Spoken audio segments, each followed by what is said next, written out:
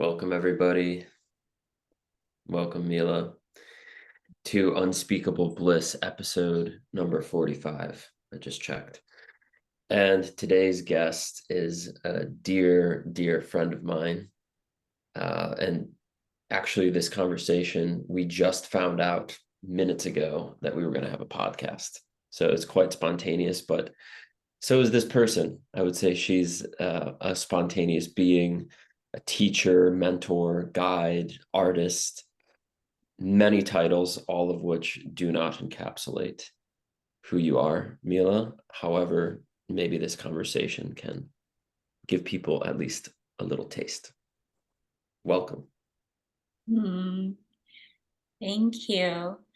I'm so grateful to be here with you in this spontaneous embark to connect in that way. I feel I've been wanting to do this with you for a while, and somehow it just happened to be. And it's effortless coming together.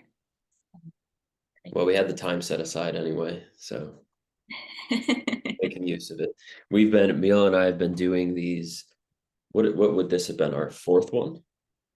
I think four, maybe fifth. I believe, yes, fourth or fifth. Maybe fifth. So we've been doing these being peace amidst atrocity meditations. It's actually the first thing. Mila has actually led a retreat with Zlatka, my partner. But as far as her and I creating things, this is the first thing that about 2 months ago, we thought we wanted to start offering meditations and a witnessing for people to be seen, felt, and for us to come into a coherent field to create peace with all the different conflicts and wars that are going on around the world. So if you want to come to the next one, we'll do an advertisement right now at the beginning of the show. Next Sunday, we're on for next Sunday, right? Yes. Cool. Yes. Every Sunday, right? 1 o'clock Eastern time. Mm-hmm. Yes, the intention to come together in those ways and to really keep coming back to this understanding or inner standing, as I like to call it, that peace begins within. It's an inside out job. It's not seeking it out there first. It's really seeking it within. And as our inner environment can change, then what we perceive changes too. And I can speak from a direct experience in my day-to-day life that this feels like truth.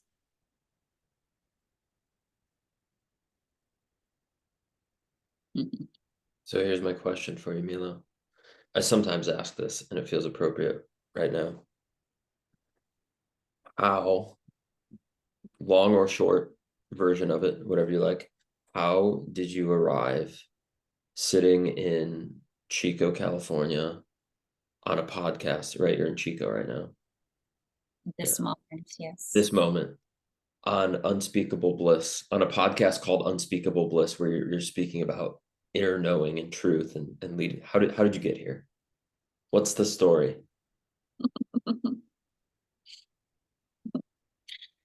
Oh, goodness.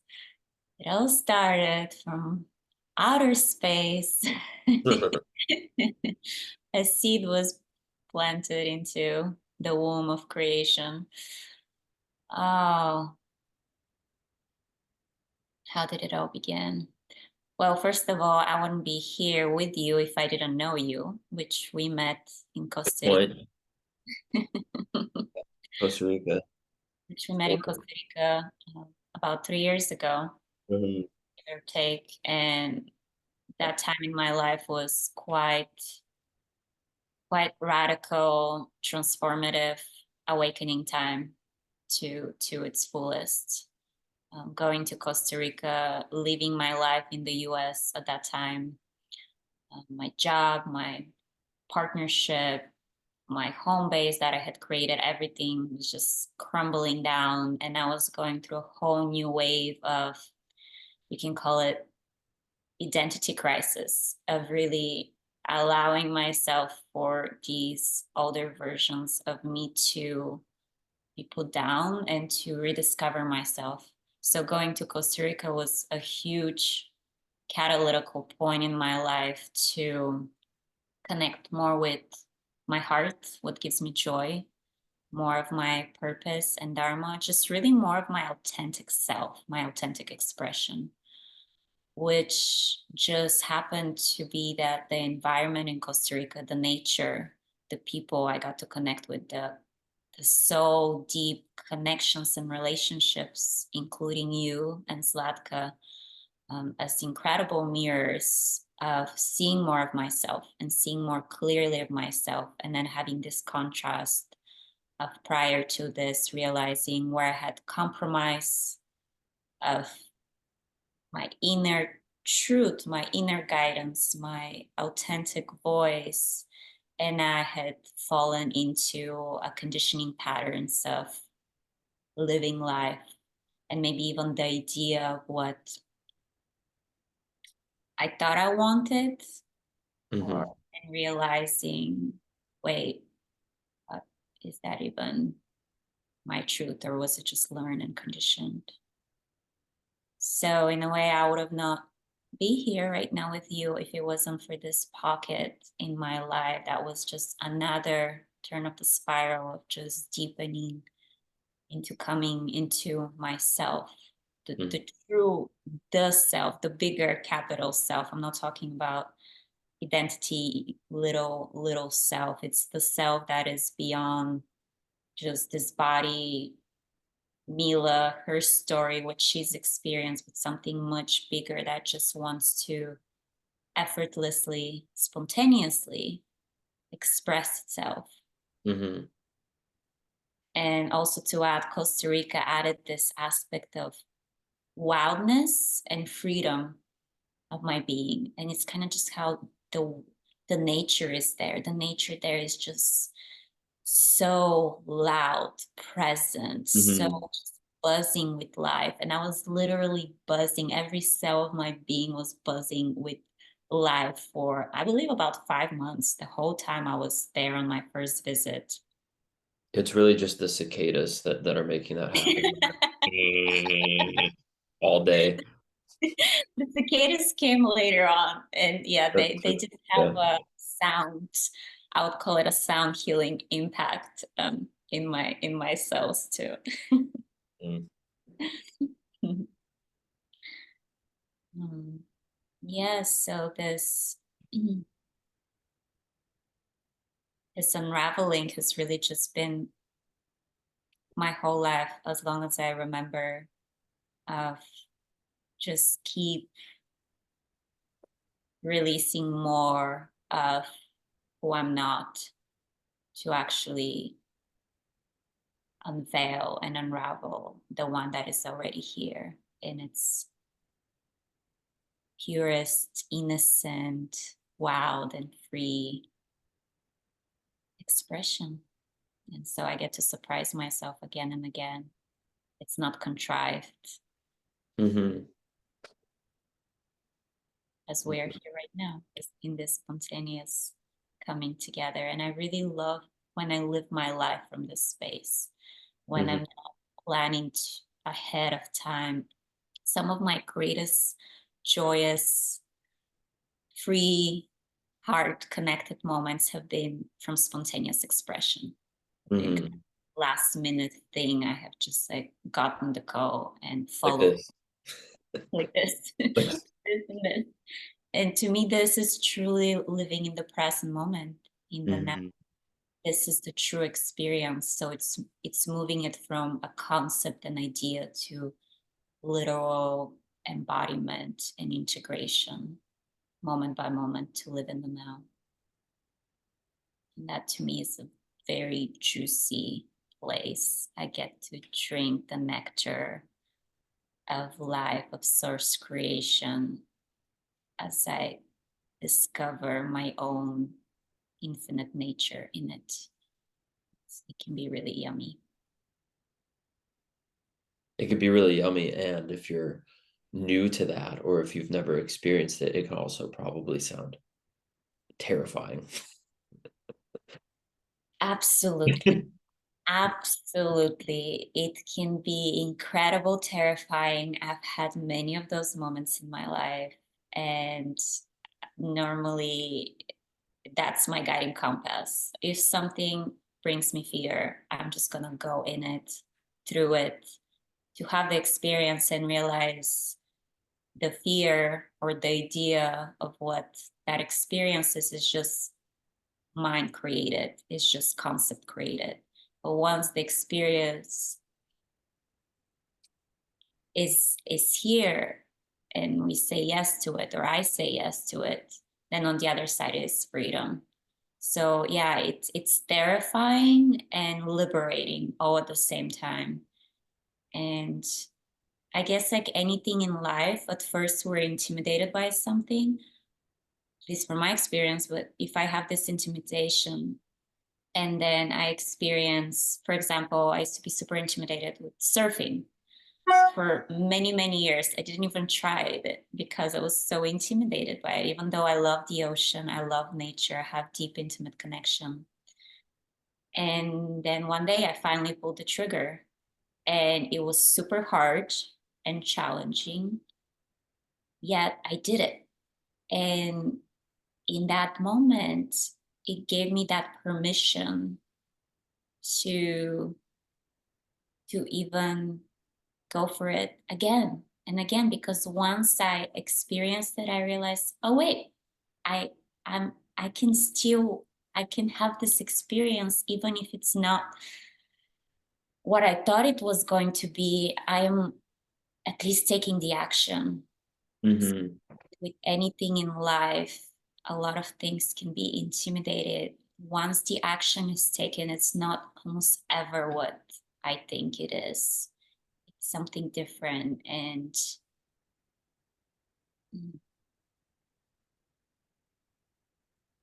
it's so much better for me to have an experience than wonder what if. And I've heard many people out there die in bed. Normally, they regret the things they haven't done. They don't normally regret anything they have done. And I really want to live my life like this. I'm devoted to live this life existence in a way of reverence, of wait, if there is an opportunity for me to experience something and there is this pull, even if my body or my being is terrified, but there is this some pull from the inside that it may not even make sense. It's an opportunity for me to say yes to life and lean in and know that with my faith, I'll be okay no matter what on the other side. But I'd rather have the experience than would wonder what it. Hmm. Well, there's like 7 things in what you said that I want to talk about further. maybe maybe like 5. But something that I've really loved is this analogy of life being like surfing, and realizing that we're not the surfer, but we're this collection of the wave and the surfboard and the surf. And it's kind of to me like the definition of God. It's like, well, there's something much bigger than me that's helping me get this surfboard closer into shore.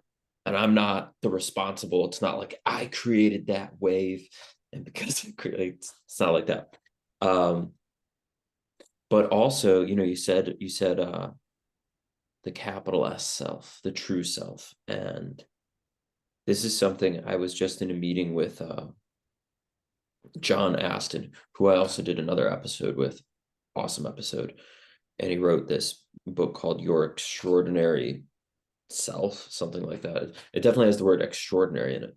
And I went to one of his meetings last week because I like to tune in with him, and he has a similar kind of meditation meeting. And the one of the reasons why I'm sharing this is because I do feel like this is at the heart of our meditations, the meditations that we're offering. and I'm going to talk about paradox. And you referenced paradox as well, it being terrifying and then it being awesome or inspiring, and non-conceptually, experientially. So I asked John, well, I was sharing with him in his meeting because he said something like what this is. And by him saying this, he means capital S self. He means God self, universe, spirit, the all that is. He says it's unknowable. And then I went up to, and it's goofy, like I'm laughing at myself when I'm saying I went up to that because I can't go up to what I am. How do you know? But I was looking, investigating, I guess I could say, the unknowable nature. Uh, and I just said, the craziest thing is I can't even say for myself, from my experience, that it's unknowable. I cannot affirmatively say, yep, this mystery, it's a mystery, it's unknowable, and I know that, because it kind of defeats the definition of it being an unknowable mystery. And I'm like, this thing is so mysterious and so unknowable that it's not, that I actually have to leave space to say, well, maybe it's knowable. Maybe it's not a mystery. And that was blowing my mind from this. Like I'm sitting there like, even pre-verbal, like a baby, but I can't say, well, hence unspeakable bliss, the podcast where we talk about what can't be talked about. But I want to map this onto something that I then spoke with him and share it with you because I just found it so fascinating. Because that's what my experience, when I'm honest with myself, is that whatever this is right now is a total mystery to me. I have no, like, yeah, of course, there's a computer screen, there's a finger, there's Mila and Christopher, but these are not those, to me, all of those things are relative descriptions of things that appear within this unknowable thing. So it's interesting, and science is the same way too, because all science does is point out patterns. So it doesn't say what anything is. It doesn't say, which is kind of crazy when you think about it. Like it doesn't say what we have, a proton and a neutron, but that's actually just describing a kind of a movement or a pattern, but it doesn't say what it is, nor does science know where consciousness comes from. Like we don't even know what the thing that we're experiencing anything is. So it also maps on in the sense to the paradox of my direct experience. My direct experience tells me I don't know what anything is, yet there's something undeniable about right now. Like there's something, I call it the suchness or the thatness. And whatever that is, I mean, it could be nothing appearing as something, but it's appearing to, there's something here, basically. And then the paradox is, but what it is, I have no idea. Mhm. Mhm. Yes, I feel what you speak of is this aliveness, this even energy pulsation of life that we cannot deny that it's always here, always Mm, present. That's how I feel. There's just the suchness to me is it's there is there is a life force. There is energy moving. There is appearing in all these its different expressions, and yet we can only fathom just such a little percent of its essence, and kind of along the lines of the more I know, the more I don't know. Like, oh, the more I know yeah. this capital self, the more I realize I become humble and realize how much I don't know of the capital self. Because how do we ever conceptualize infinity? It, we can attempt to, words are beautiful. We can, write poetry and songs and create art and talk about it for days and years. And we like to. This is why we like doing podcasts, and we like coming together and talking about it, because it's so beyond our comprehension. Yet we all have our unique lenses of perception of this experience. And this is where I feel, wow, consciousness, and this is something I've experienced at least, is that consciousness wants to experience itself through all these lenses and know itself through all these eyes looking at this so-called perceived physical reality. And there's certain magic to being in a so-called body and having the sensory experience. For example, all the senses, the touch, the taste, the eyesight, the hearing. And then we go beyond, right? Our intuition and so forth. It's like, wow, what if consciousness, just wants to experience itself through this medium of so-called body, through the senses. And each one of us has such a unique experience of each moment and such unique lenses it gets to see each moment.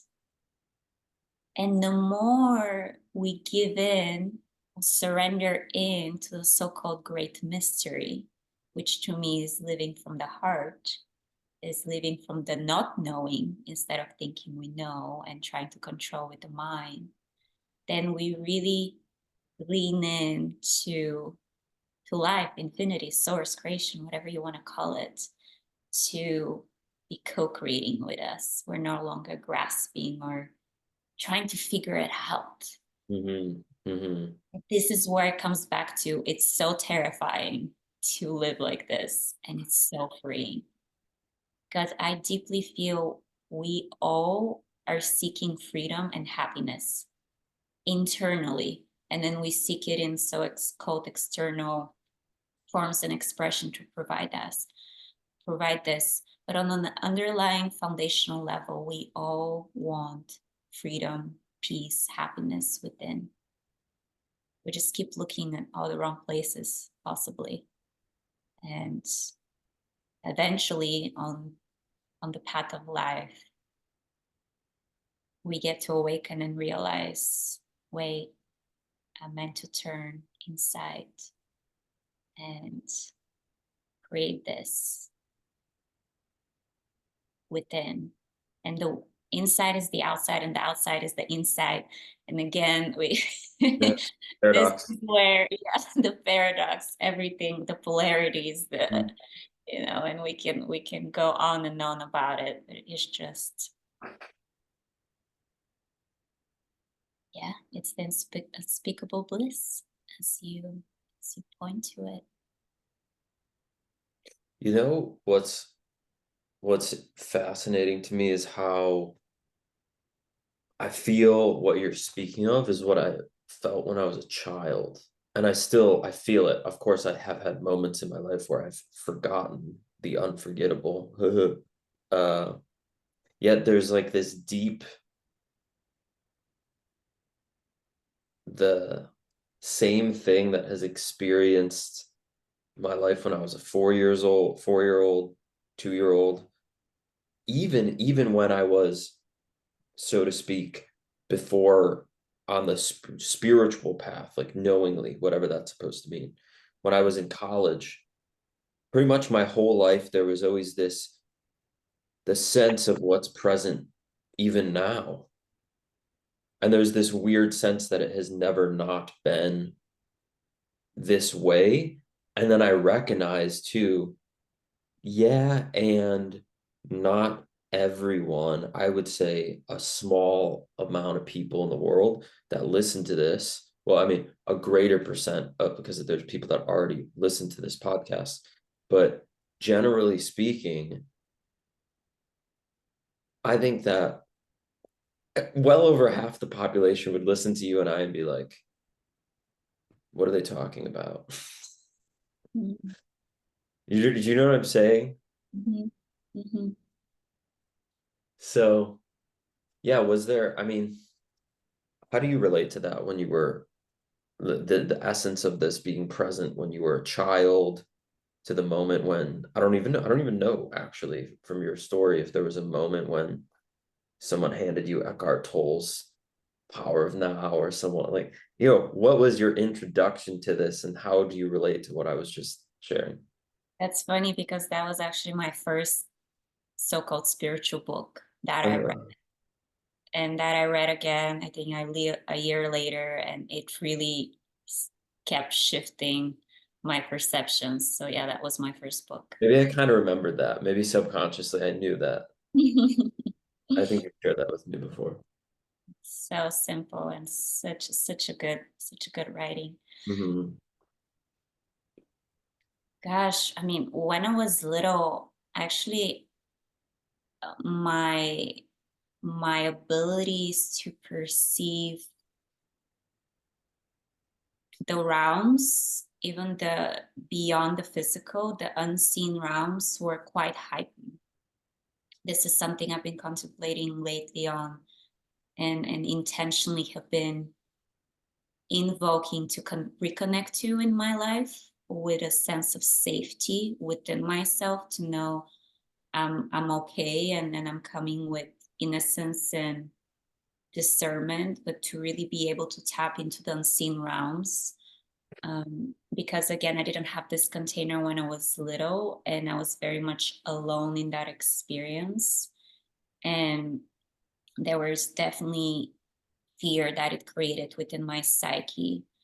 When you Um, said you didn't have the container, do you mean like you just didn't know what it was or you didn't know how? What do you I didn't mean? know what it was. I didn't have the safe space to share with my parents, to Okay, I tell them see. what I'm experiencing. And then when we're children, we're really, yeah, we're just so open, so exposed. So if we don't know how to harness energy or redirect it or face it in a more conscious way, it could be quite scary. So for example, I remember especially my nighttime was a very active time, not just my dream state, but when I was awake.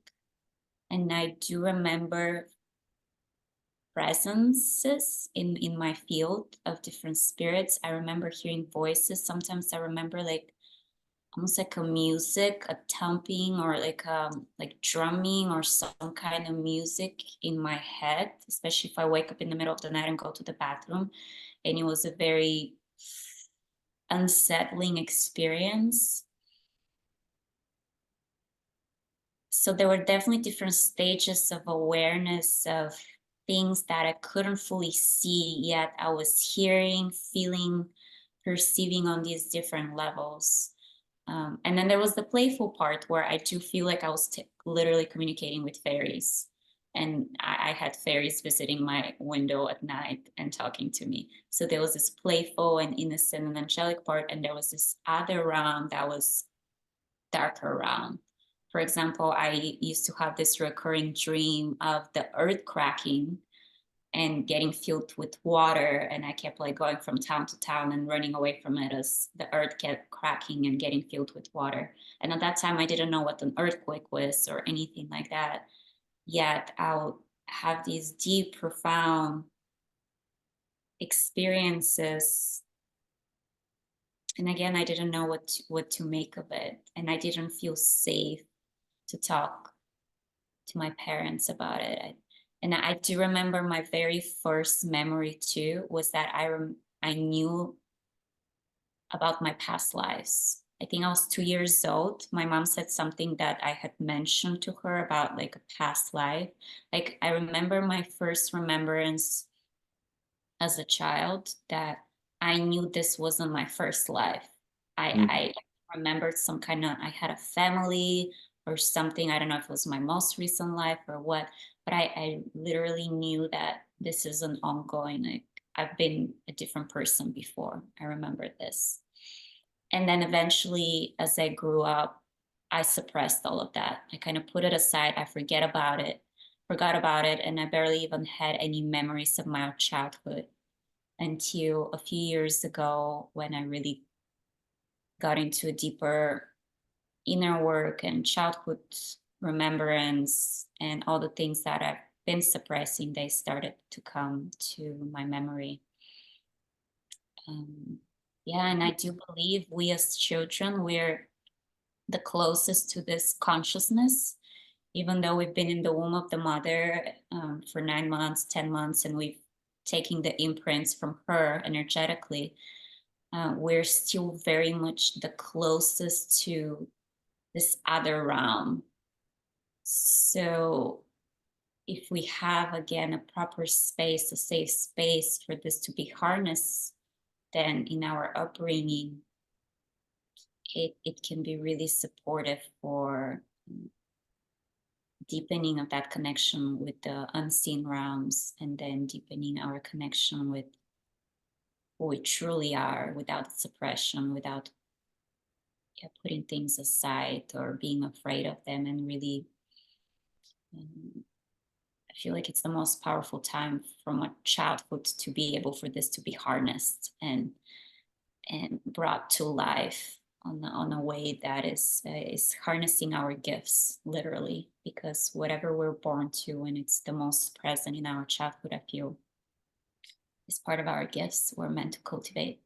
And then we kind of suppress them and put them aside. And even as I'm sharing it right now, I remember I keep coming back to this thing of, like, a good question to ask anybody if they're uncertain of what they want to do in life. It's like, oh, well, go back to your childhood. What did you enjoy doing? What was alive for you? What was, something you were connecting with? And when I would ask myself this question, a lot of times I would go back to dancing or playing with kids, which to me is, I have very much connection with community. Like, I see it as like, even now, okay, I love playing with kids when I was little. I love dancing, and now how that expresses it of like connection with like just grown-ups, but in this different way. But now speaking, I'm realizing, wow, I had this whole other aspect of me that I did enjoy, but I was also very scared of, which Why do you was, think you were scared?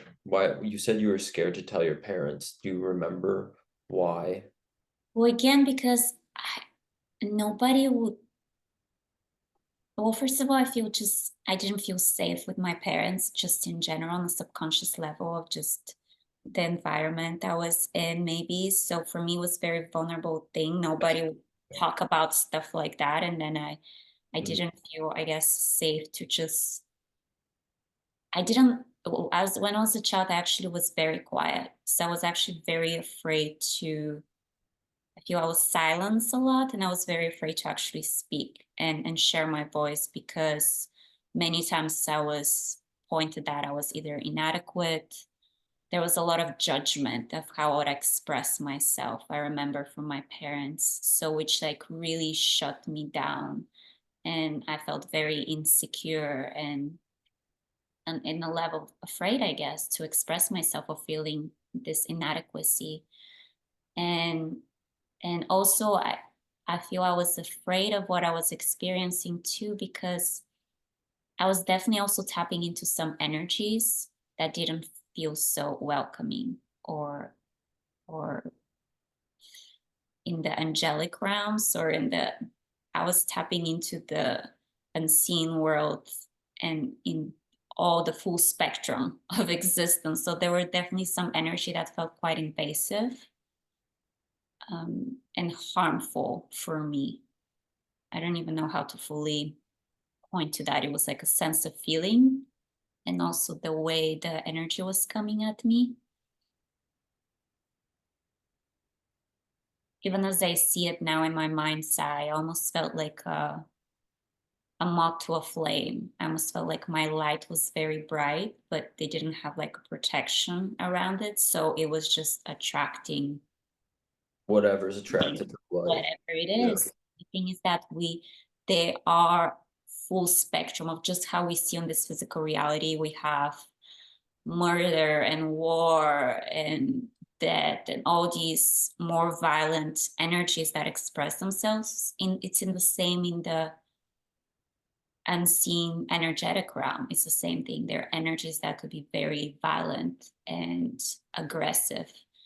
And again, as a child, not knowing how to protect, it can be scary. And being able to now come with a different point of view of, as I've become very much in my body, for me it's all about integration, being in the body, feeling in the body, being present here, and then really cultivating this sovereignty, this way of like, I'm not intaking stuff from my environment, I'm projecting and beaming light and love and compassion and forgiveness to my environment. So in a way, I do feel like I have this now much more of a discernment and protective field around me as I've come to know my energy, come to know more of all these different parts of me, and come to know how to harness and cultivate this vessel of a body. So now I do feel I can meet this unseen realms with more confidence and trust in myself that I can be in that space where I feel like for a long time on a subconscious level, there was definitely fear of what I cannot see, which on a subconscious level, we all have the fear of the unknown, the unseen, right? It can just show up in all these different ways. And so I've been working now for a few months of opening up more my third eye and my crown chakra to open up more to those realms with intention. So it's very intentional with a certain type of clarity of why am I doing this? And because I know it's a gift I'm meant to awaken more inside of myself that can serve um, however the purpose will show itself. But I know it's here for me.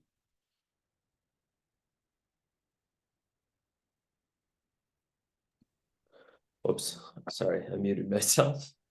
Mhm. Uh, you know what I was realizing as you were just speaking is I used to say this, I haven't said it in a while, that the whole reason why I got into this spirituality, philosophy, psychology is because I just wanted to be happy Mm. being who I am. And I realize right now that actually it's not even quite that. I mean, it is that, but that's still a little bit more surface level because that actually presupposes that I'm not happy. And so I'm looking to be happy being as I am. And really, the truth of it, when I uncover it and think about my childhood and the things that I used to love when I was a child, and then when I started exploring, it's the whole reason I got here or am involved in any of these things that might sound complicated is actually just because I was curious and I was following my curiosity and exploring. It was just, why this? It's the question why doesn't even, I'm just curious and I'm following my curiosity. I feel like there's such a deep value to that, to just following one's natural curiosity well, as far as you're curious. Mm. It's so beautiful. It's coming back to childlike wonder Mm-hmm. because we're all just children and we're playing so-called adults. Where's that child? It didn't go anywhere. It's still in here. It still wants to express itself. It actually wants to express itself even more because it, at some point in time, it just feels kind of forgotten, and but it's still here. So if it's inside, then I feel it's so beautiful to live life from childlike curiosity. I feel it's the ultimate, really. It because if this is what if this is just like a whole big cosmic game? What if? What if? Well, how do you know when you're friends with someone? Mm, how do you know? How do you know if you're friends with someone? I don't know. What do you mean? It's very simple. If you could play together, We can play if we together. could play together, and it's been that way, I mean, it's been that way, at least for me. That's how I knew I was friends with my friends when I was young. Can I Yeah. play with you? Yes. And Yes. if we can play together and we play together, it's a different kind of playing than building blocks, so to speak. But it's a really easy test that we don't even think about. Right. It just happens. Yeah. And even if we witness how do we play together, we just come in presence, and we just start playing. We go from like an interview. What do Right. you do? And where do you live? And what's How your long have you been sport? playing for? Yeah, how long have you been playing for? Let me see your resume so like I can judge, and like, are we gonna be a good match? No, we literally as children we meet in presence, and we just naturally, effortlessly come together and we start playing. And if And somebody did that to me, seriously, I would know right then we're not a match. I'm sorry, cross me off your list. exactly. Like, what is this about? It doesn't even. Weird. I'm not passing the play interview. And I remember looking at adults and kind of feeling they were so serious. Mhm. And I just couldn't resonate much with them or connect with them. But I had a beautiful childhood playing, truly. And I am so Same. grateful for this. I was outside in nature playing with all the kids all the time. I'm really grateful I had the opportunity to experience this because, yeah, I actually know what it is like to play. And I can have a point reference, so keep bringing this more in right now. So I had my whole theory on what people end up doing as adults has a lot to do with what their relationship was to playing and how alive they were able to keep that or not alive they were able to keep that as they grew up. And I share very similarly to you. I mean, different. I was outside playing make believe, and there was this very specific game that I loved the most. I made up this whole story with my friend who lived across the street, still a dear friend of mine, and I would put him through these different levels to get to be basically the it's called a Super Saiyan. It's from Dragon Ball Z.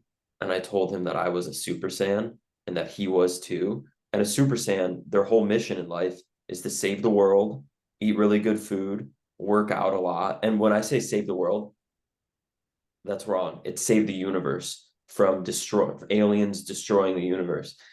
And then he would meditate. This dude in this Dragon Ball Z, he would like train and meditate in this time chamber where 1 minute was equal to like 1,000 Earth days. So you can go in there for like 5 minutes and then live 5,000 Earth days to train.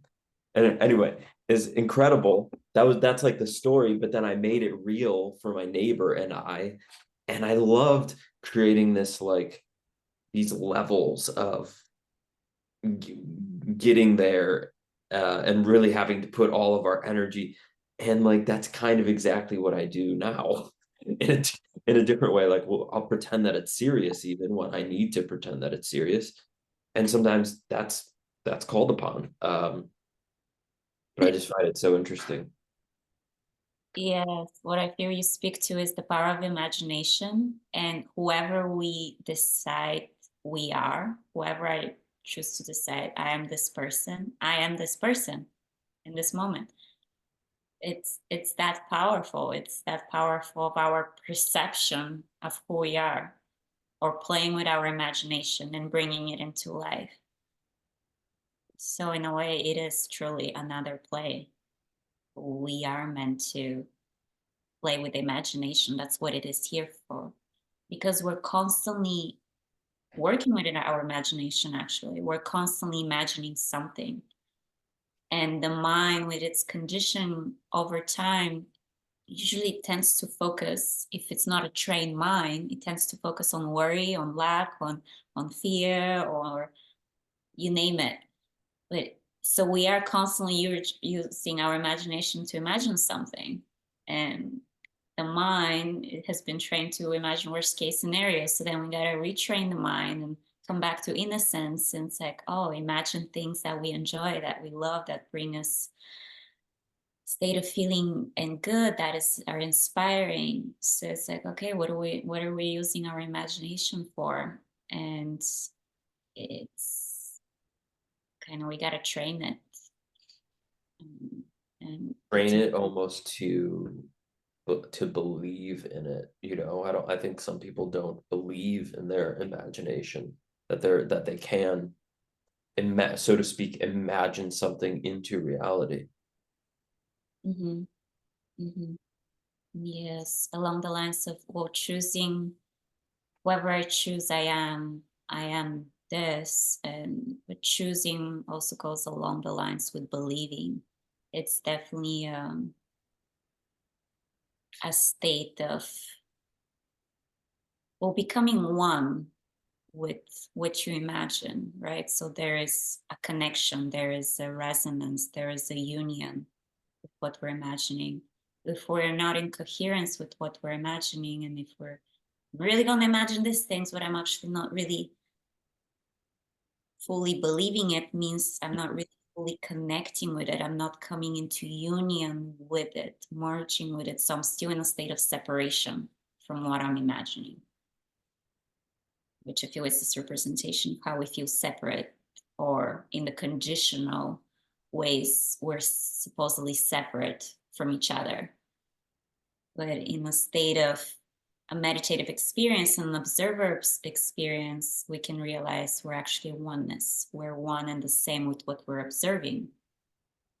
But it's not something, again, to be a concept, it's meant to be felt. And this is where, to me, the senses really are an important aspect of it. So to imagine something is to actually, and to come into union with something, is to actually really feel it truly. Because, for example, the way I perceive my reality is very much through sensation and feeling. This informs my body.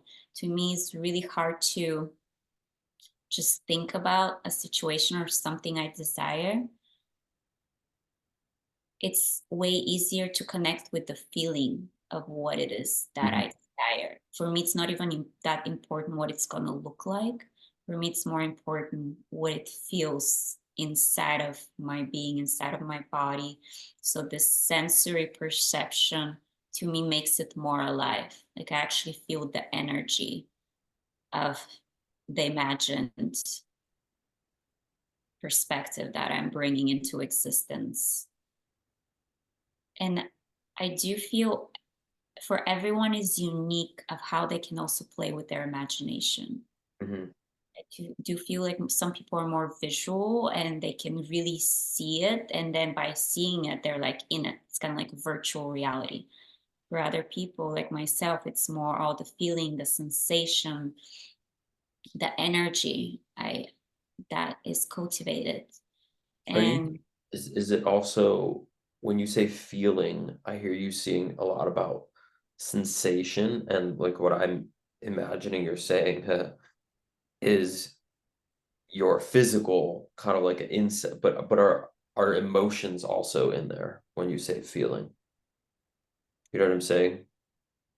yes, what I'm pointing to is more towards emotion. To me is energy in motion. Uh, But when I speak of emotions, it's not even like exclusive to, oh, I'm feeling joy or happiness or sadness or despair. I literally feel it. Yeah, it's like an inner feeling of, I can feel it in my belly or in my heart, like different chakras. mm. So, and it, but it's a feeling of aliveness. It's a feeling of activation.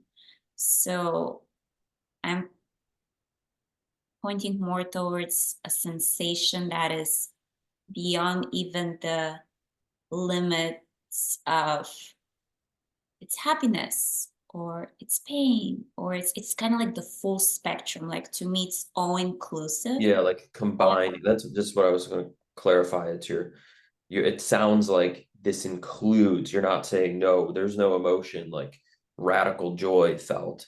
I'm hearing you say that it's bundled up in a very somatic, Mhm. physiological uh, feeling. I don't know how else to say it. Yes, it literally feels just like aliveness, like Yeah.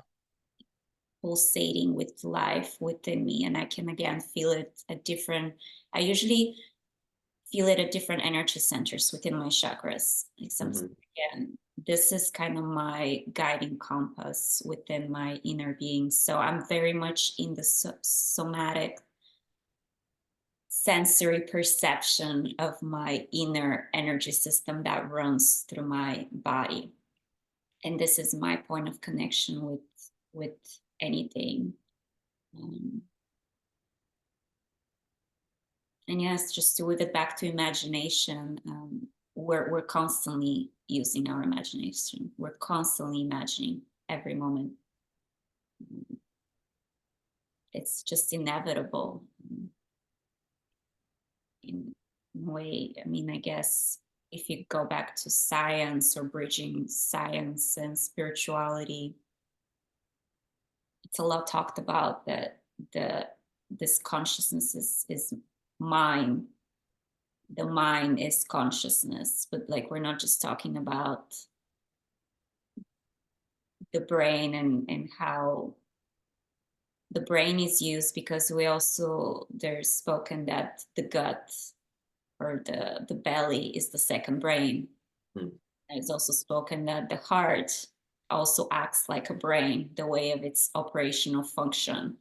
So then, well, what if all these energy centers are a big, just an aspect of the greater mind Hmm. consciousness? Then those are like portals, or those are like let's say like almost like doors to a deeper understanding, a deeper awareness of what is, which is again beyond words. Yeah, it's an inner standing that can then guide us through life towards more awareness, more aliveness, less inertia, shifting from that. And I know what inertia feels very well, where you just feel disconnected and you don't really care, or mm, it's on such a subconscious, unconscious level. And I do feel we're meant to bring all the unconscious and subconscious to consciousness. We're meant to shine a light on all that is still not make itself known or aware in the light of existence of what is.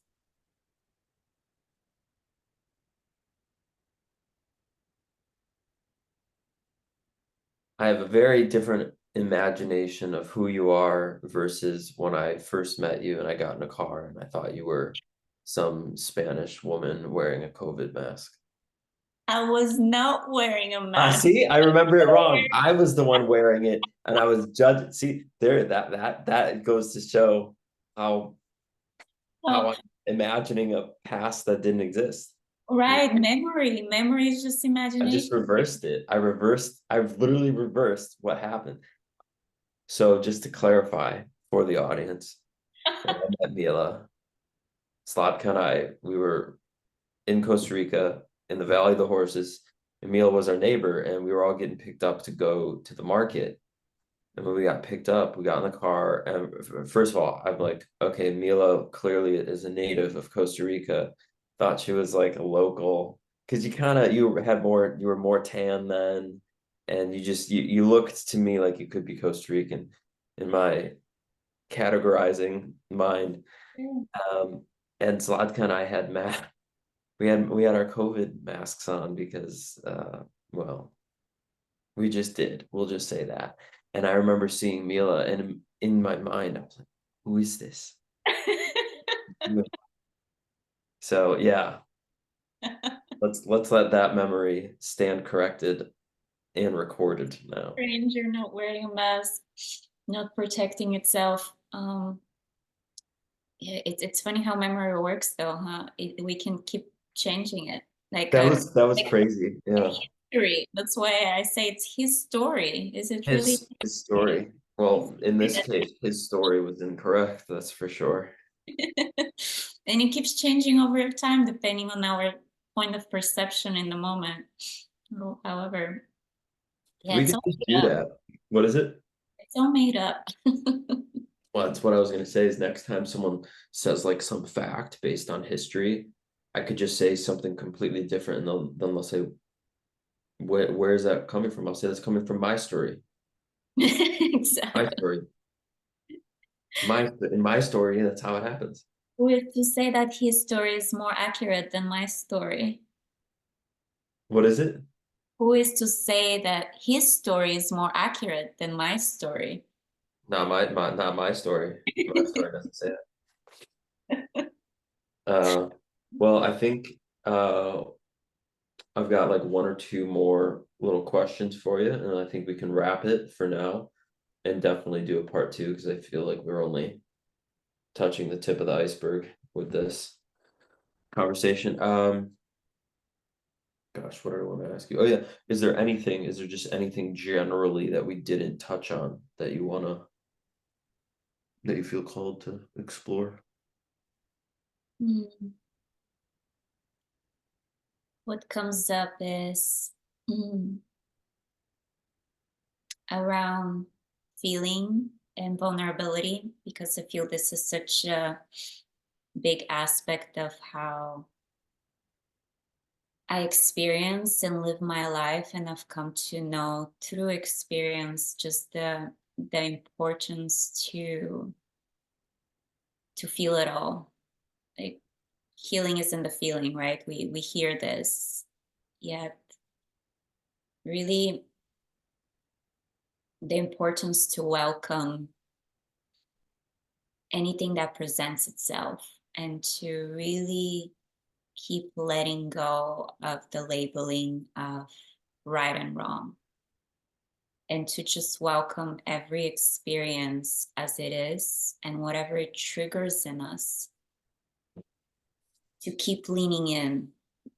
It doesn't matter how hard, challenging, uncomfortable it can be, because I can tell you that over time, anyone can see that this is an opportunity for healing, for growth, for a new point of view, for new perception. And by being able to fully lean in these experiences that are really here as teachers, no longer to suppress, numb out, distract ourselves, look the other way, it gives us such an important opportunity to clear, shift, alchemize all that is and it has been. So it's really not personal. It's not my story. This is happening to me. This is a collective energy that in the moment shows up to be experienced through the individual's own unique perception. So, feeling is in the healing, meaning the more I can lean into the trigger, the so-called, the trigger is really triggering a wound that has been already inside of me. It doesn't normally have to do anything with the now moment. It has to do with a certain point of time, something that got scratched, got wounded, and it was just not ever being able to be processed, to be really witnessed. And in feeling, there's just such a capability to bring it back to love, no matter what it is. The shame, the guilt, the blame, the judgment, the despair, any emotion can be brought back to love, which is really its essence. And there's something so beautiful that happens in this. And then the next level is to be witnessed, to see ourselves through another's eyes, that if somebody can hold a loving space for us to be with the emotion, with the feeling, to be able to express it. Because what's happened usually in our childhood is we've had all of these things come up in our field, yet most of us haven't felt safe to express them. They have been shut down, and they're still here. So we're really just all of us returning to the child and bringing back the child in its full expression. For example, if a child is angry and nobody puts it down and says, no, don't do this, shut up, not right now, this is not a good time, or whatever, and the child is allowed to express its anger, it normally will last 5 to 10 minutes max. Hmm. And then it will come back and continue playing. It's literally energy and motion that it's meant to move through. It's not personal most of the time. I really see us as this vessels, conduits between heaven and earth, that energy moves through us. And it's not just our energy, it's not just parents, grandparents, ancestors, it's the collective field energy too. And this is why there's like even a whole saying, I think it's the, is it the Buddha nature, and until all beings are free, um, I just will keep reincarnating for all of us to be free. Because if this is a collective consciousness of the one, then can I truly be fully enlightened if the whole earth and her people are not enlightened? So if it's not fully all in the light, if it's not fully all in the love of God's source creation, of the one we all are. So if it's not personal and we can really have the capacity to lean in and stretch and open and break our hearts open literally to life, to see that everything here is a teacher, an opportunity to bring it back to love, to return to its essence home, then we can really, I feel, be more authentically ourselves. We peel down the masks of the personas of what we think it's needed in this world, or what it feels good or right, and we're just literally ourselves as children. If an energy emotion comes through, we express it, we share it. We're not projecting it onto somebody to hurt them, we're just literally allowing it to move through however it wants to move through. And this returns to our always also wild and free nature, to be more wild and free in our expression too. If we need to shake our body like a dog, you can see a dog or a cat sometimes they will shake, and you see they release some kind of energy and then they continue on. Hmm. I feel we have suppressed so much of even our primal nature, but then because we have suppressed it, anything that we suppress, it gets to be distorted and it shows up in these weird ways, kind of how we've suppressed our sexual nature, and then the way it's been distorted of just objectifying people and women, and then the porn industry. I mean, I can go on and on of how the things that have been suppressed have been just, again, distorted and shown up not in its innocent purest form. So to me, to return to our primal nature, it's, I don't mean by primal by violent nature, I mean like literally, you see like the animal nature, that it just moves energy, it's itself, and its nature shows us, nature just is, it's not contrived. And there is innocence in this. It's no longer right and wrong and good and bad and suppressed and pushed aside or at war with. It's everything, all of it is laid on the table. And we get to meet it, get to witness it. We no longer run away from it. Well, we could do a whole other podcast on everything you just said. But there's one thing that I want to pull out and ask you about, talk to you about, because it's something that I, more now than ever, have been. Well, I guess, since first it was with COVID, and then it was with the Ukraine and Russia, and now with Israel, Gaza, this concept of until all beings are free, the vow of the Bodhisattva, which you briefly touched on, which is something like, until everyone's free, no one is free. So, and the reverse would also be true. If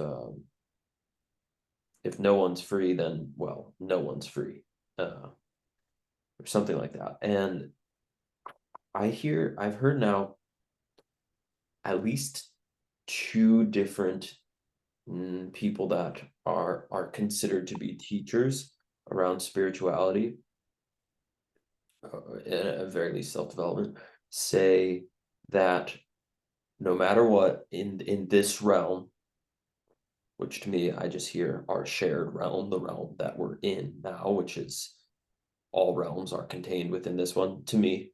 But they say war and suffering will never come to an end. And they say with such confidence that either they know something that I don't know or they're mistaken. I don't know, or maybe there's a third option that I just don't know about. But I don't believe in that at all. I don't subscribe to this. There seems to be some belief system that they have that says, nope, if you're here, that just means there's going to be war and suffering. I mean, I'm straw manning them, but because they're not here to speak about it. But those two things are in a way conflicting, right? The vow of the Bodhisattva. If that were true, then the implication of that would mean, well, if this is never going to end, then, and when I say never end, I mean something, I don't mean an end to all existence. I mean, I am interested in living in a heaven on earth. I'm interested in seeing the Christ in all beings. I'm interested in seeing the Buddha. And then the other perverted fantasy that people tell me, and I do believe it is perverted, is they'll say, and I mean perverted in a just the general sense of what that word means. They say, well, even if we were all happy, we'd want to screw it up again.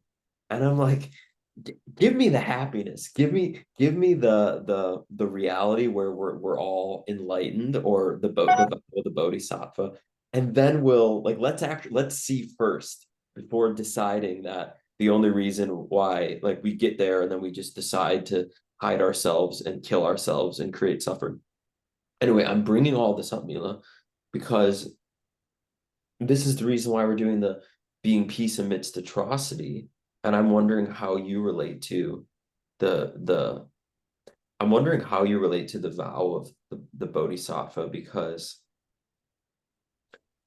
where I'm at with it is I find that my work, if I'm going to call it work, is to see the risen Christ or the Buddha in all beings.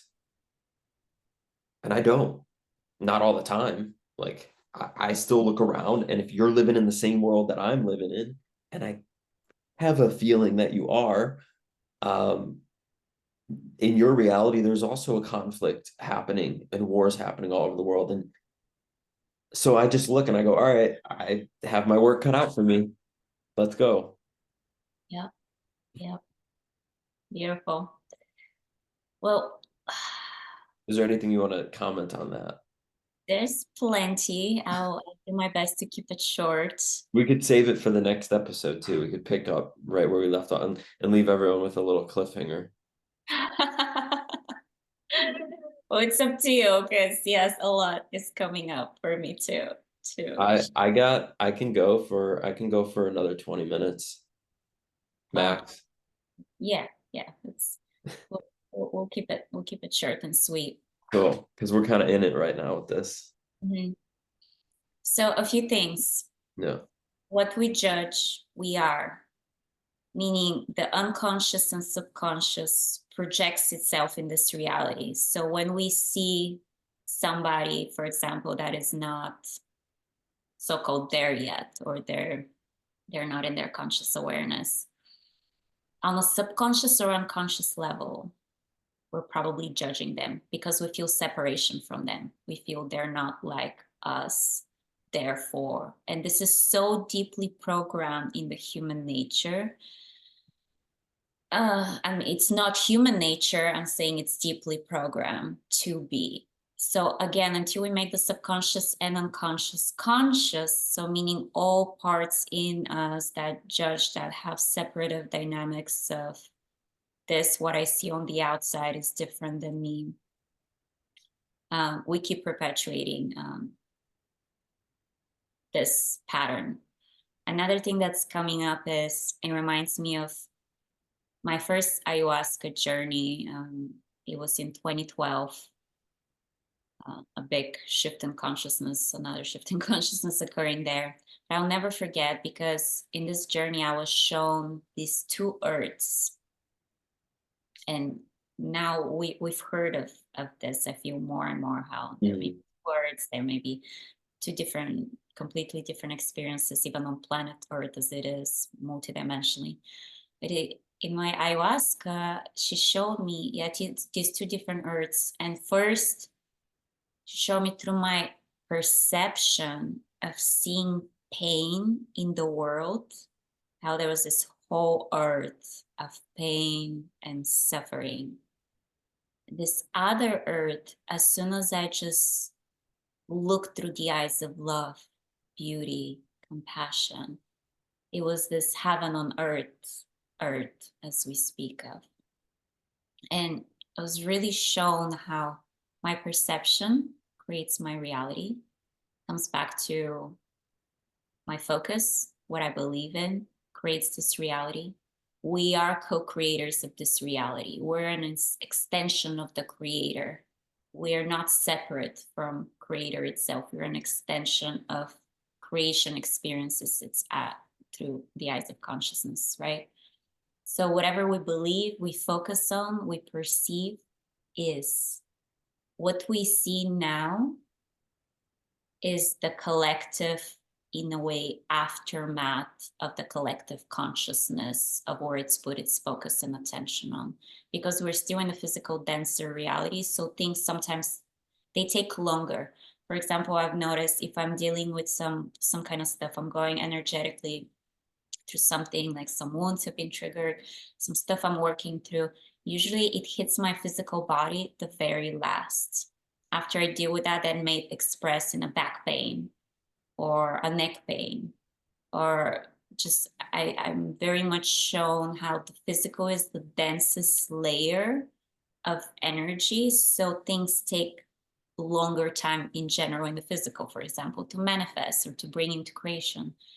Meaning whatever we see right now, it's the aftermath of where we have been in the collective with our thoughts, beliefs, perception, right? So we have co-created this reality as we see it. So we're completely responsible. And this is so important for everybody to be able to take responsibility, which really starts from our microcosm in our daily life, relationship dynamics, everything that happens to us. As long as we think we're a victim of something, we're not fully conscious to our oneness and responsibility of creators that we have created what we are experiencing.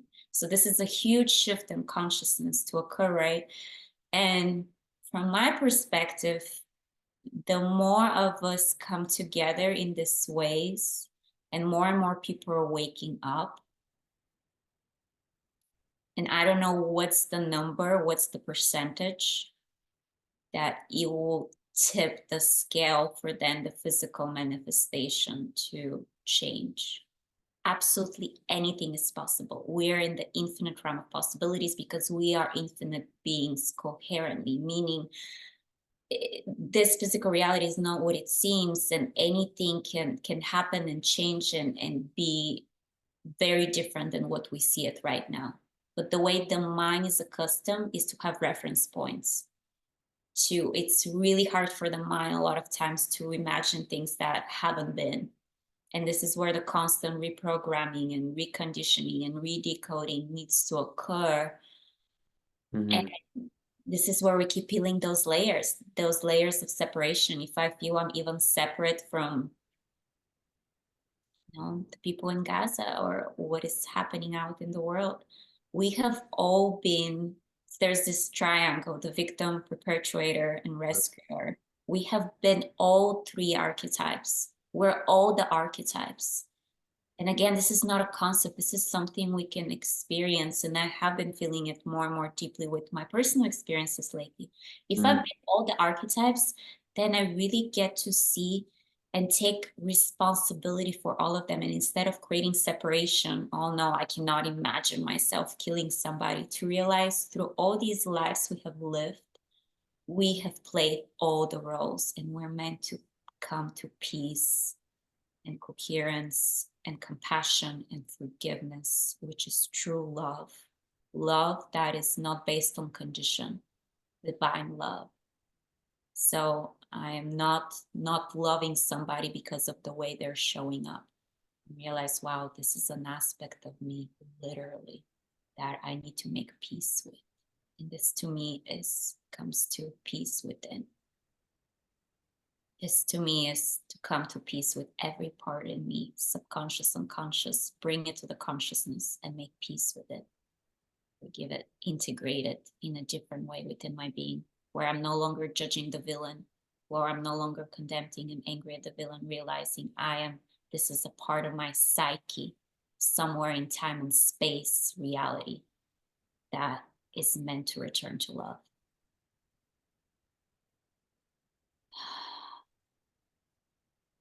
And it's a radical way of communing with life. It takes big humbleness and collapsing of ideas of the mind and letting go and surrendering in to this vastness of experience again that is so much beyond of what we can comprehend. Yet if we even come back to the simplest of things, which we are all one, and consciousness, different parts of consciousness expressing itself, then even if we come back to that foundational space and we coming back to every time we're perceiving something, every time we're judging something, every time, okay, where am I feeling separate from I am observing, instead of realizing the observer and what I'm observing are one. And am I observing through the eyes of love, compassion, forgiveness? Am I observing through the eyes of judgment, which is separation? And this to me, if more of us can return to this unconditional love, we keep hearing about it, to actually embody it in every cell of our being. And I'm in this experience again and again every day in all of my relations and everything. I'm constantly watching myself, like literally constantly watching what eyes am I looking through and where do I need to turn back in. And Ho'oponopono prayer is a beautiful way to, I'm sorry, please forgive me, thank you, I love you. And I take self-responsibility for what I'm seeing outside, that a part of me may still be condemning it and feeling like I don't want to see this. Instead of I don't want to see this, okay, let me look at it, but let me look at it in a different way. Can I change my perspective? And that takes a lot, to let go of the mind and to actually be in the body, be present and connect and collapse separation. It's a very tender, vulnerable experience that really requires a lot of giving up of ideas, of concepts. It's the true leaning into life in all of its aspects and realizing I am absolutely one with life, with what I see. So to me, anything is possible. To me, heaven in earth, it's absolutely possible. And the heaven in earth must be cultivated within and shared, and with everything the observer sees. Because the observer and the observing are one. I am what I see.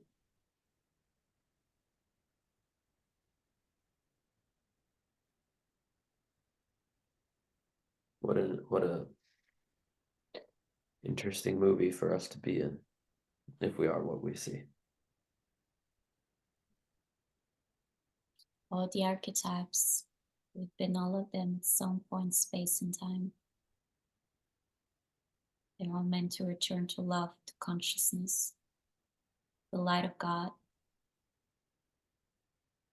making the unconscious, the subconscious, which are these different archetypes we may not so-called like right now. This is just the unconsciousness and the subconsciousness expressing itself in the physical. It hasn't been brought to consciousness yet. The only way to be brought to consciousness is for that light and love to shine itself on it, for it to, so it's no longer hiding, being pushed aside. It's literally, all right, let me beam. Love, light, peace to you, forgiveness. Let me forgive myself, for I did not know what I've done at some point, space and time, because I was not awake and aware, and I was in the separative dynamic. So yeah, I do claim to be all the villains in some point, even if I don't have full remembrance of it, which I do have remembered quite a bit of my past lives throughout different moments in time. Yet I'm sure there's so many more I don't remember. But realizing I have been all of it, because the evolution of the human also is going through these stages of unconscious, subconscious to conscious, meaning through all these lives and dimensions, I have done the best I can with what I've been aware of. Meaning, if I've been completely not aware of consciousness, then my actions have shown this. My actions have shown the fear, the separation, the greed, the seeking of illusionary power I was going after, because there was just such a big gap inside of myself I wanted to fulfill, which only God and consciousness can fill up. And we all do it in our own ways, wanting, seeking to fill this gap. Some ways is way more drastic and not showing itself as kind, and yet we are seeking the same thing.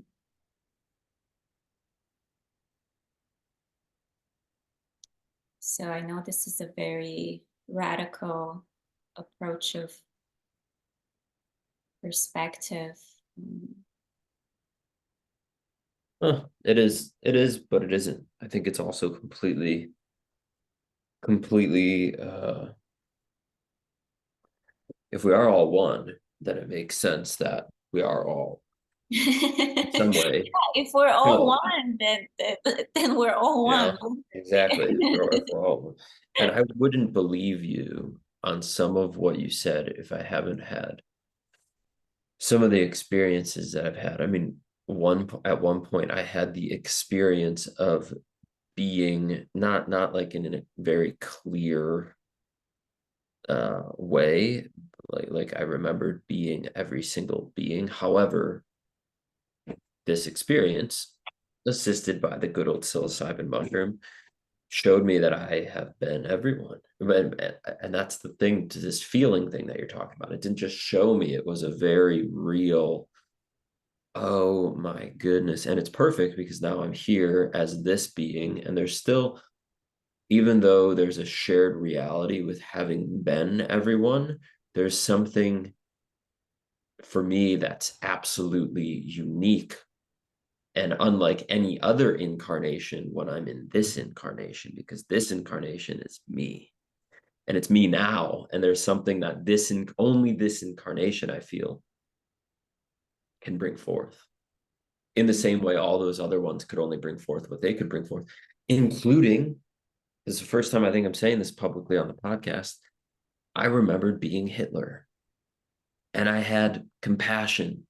I could only see from that point during this mushroom journey, I just had nothing but compassion for all of these beings because they were not those beings. They were a very real, like I cannot give words, version of myself. I'm like, oh wow. And it was terrifying in a way, or incredibly joyful, and at the same time I could cry tears of joy from one eye and tears of sorrow from the other. That's it. The compassion. We cannot have compassion unless there's forgiveness. Forgive them for they do not know what they do. Meaning, at this moment in time, this archetype was playing its role. It's like a movie. It's like sometimes we love the villain in the movie because we can actually understand where it's coming from. Especially every villain has a story of why it has become the villain, meaning something along the way, something got twisted there.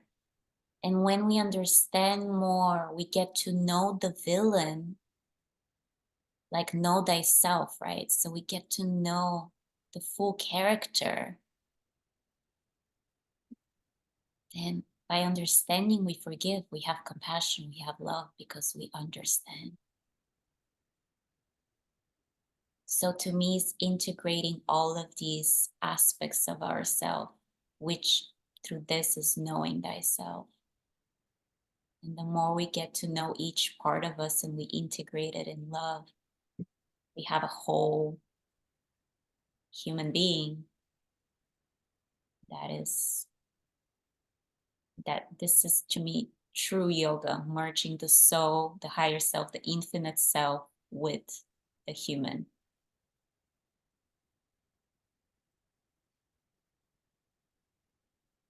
And it's a wild journey. And I wouldn't have it any other way than be here and now, this space and time reality to, yeah, to keep integrating these fragmented parts of the human psyche for them to come together, just as actors in a movie. Okay, well, you said actors in a movie, so I have to say this. Since you started talking about being the villain, one of my favorite monologues that I did. Thought of that as I was speaking it. Yes. Do you know which one I'm talking about? Joker. Yeah, the Joker. Oh my God. So this monologue, everyone, if you want to hear a really chilling but in a way beautiful monologue, it's called I think it's called The Killing Joke. And Joker is talking to Batman and he's saying, I know you've had a bad day. You've had one bad day. We've all had bad days. I just had a few more than you. And it speaks to this very thing, which weirdly recently I heard someone talk about how the Joker's in a way more sane than Batman because Mm. it's more, he's in some way in Gotham, this terrible city where there's terrible crimes, he's at least being honest in a way with Mm. himself, even though he's terrible and doing terrible things. Uh, hmm. Yeah, there's certain authenticity, transparency to his character. And it really seems to me like every villain has just been terribly misunderstood. That's why it has created the distortion of the energy, the archetype, the to show up in these other ways, because usually has been misunderstood from society and he's been suppressed and pushed aside, and then it it shows up in ways that are harmful because he has been harmed, even if it hasn't showed up in these drastic ways. But it's just the same energy feedback, karma, Hmm. cause and effect. Yeah, it's fascinating. I would like to hear you. Maybe on our part two, you can do the monologue. Do the monologue. Okay, well, I'll do it. I'll do it. That'll be a fun way to start it. Yeah, so is there any offerings, creations, retreats, or anything that you want to either share about, or and you could send me a link and I could put it in the description to the podcast too. Sure, beautiful. Yes, I do have a couple of retreats coming up. One at the end of February and one at the end of March. And one is a women's retreat in Costa Rica. For me, sisterhood has been a big aspect of my life, a support system to return more to my feminine energy and just living differently in this world from a more space of receptivity and softening and interconnection and tuning into nature and the body and so forth. So this retreat is going to be a lot about this. And the one in March is a wellness retreat, and it's in India, which I'm returning there after 7 years. And it's based on Ayurveda. And so there'll be different Panchakarma treatments. And it's really returning to the origins of yoga, which yoga had a lot to do with the holistic approach of a lifestyle, meaning from meditation to asana, yoga practice, to ways of how we eat, how we treat our bodies. So, really cultivating a wellness of inner harmony, synergy within the being.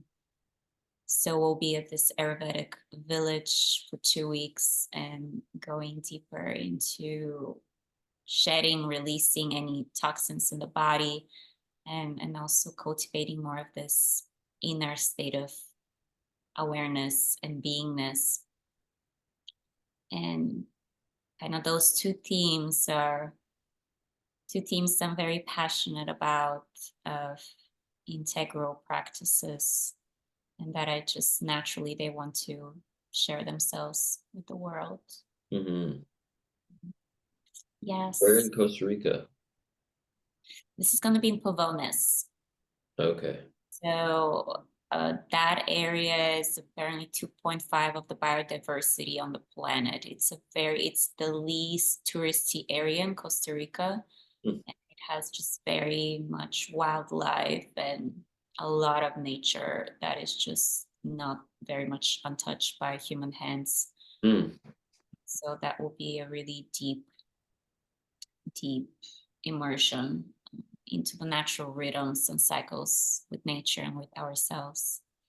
Oh, and one last thing, I had recently moved to Austin after many years of nomadic life. So anybody in Austin can also connect with me, as I'll be doing more workshops and events out there at different places and really connecting with the community there, which has been like a really incredible community there. I'm super, super grateful.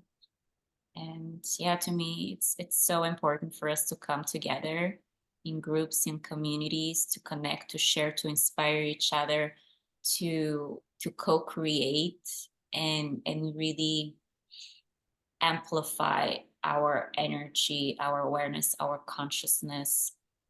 As it's one thing to do it by ourselves with the two of us. It's a whole other thing when more and more people gather and Hmm. with with similar intention, focus, state of awareness that I really feel just is a huge precipice for the change we want to see in the world. And the future, as I see it, is meant for us to come in community together, coming into unity, Coming literally. into unity.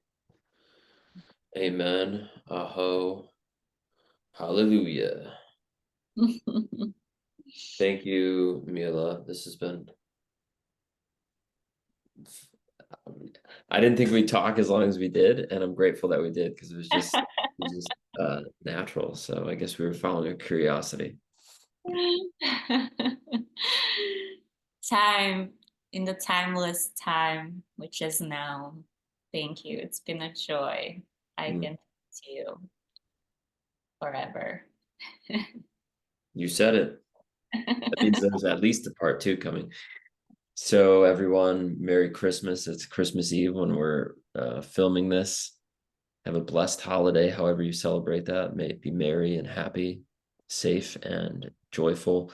I'm going to link in the description Mila's Instagram, all the links associated to what she shared about, as well as our link for our meditation next Sunday. So if you want to connect with us more, you'll be able to find out all that good stuff, plus my offerings in the description to this podcast. See you next time.